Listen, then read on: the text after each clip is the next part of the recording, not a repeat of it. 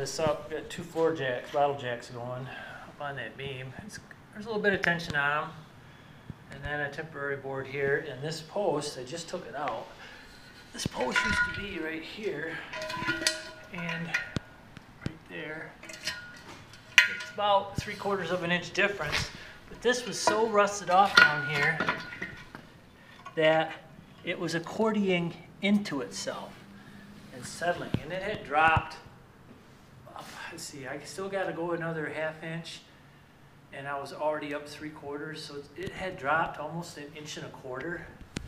So I'm in the process of cranking it back up, and then I'm going to stick one of these in. And the reason I went with this, it's a 6x6, is because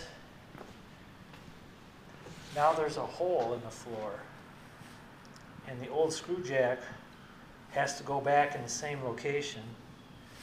So I was able to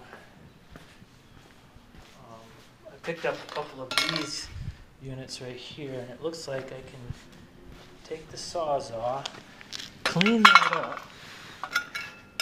I'll clean this up with the Sawzall, put a bunch of sand in there, put this back down, and then obviously I can't put anything in that center hole because it's hollow unless I filled that with cement, but I'm kind of, I really don't want to leave this overnight. Like, I suppose I could. But I have these two holes right here, this hole and this hole, and some cement anchors, and they're outside the diameter of that. So I think that is a solution. And then the bearing, this is a bearing point, this is a bearing. Obviously this centerpiece is bearing. But the way the 6x6 sits in there, the 6x6 bears on this and on this. And that transfers its bearing, like I said, out here to this, and this. This pretty much right here is non-bearing.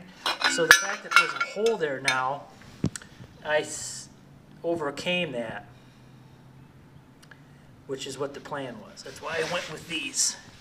So I'll trim that up with a 6x6 or with a Sawzall and try to get that at least one put back in. Okay, I'm going to pause this and try to come back to it.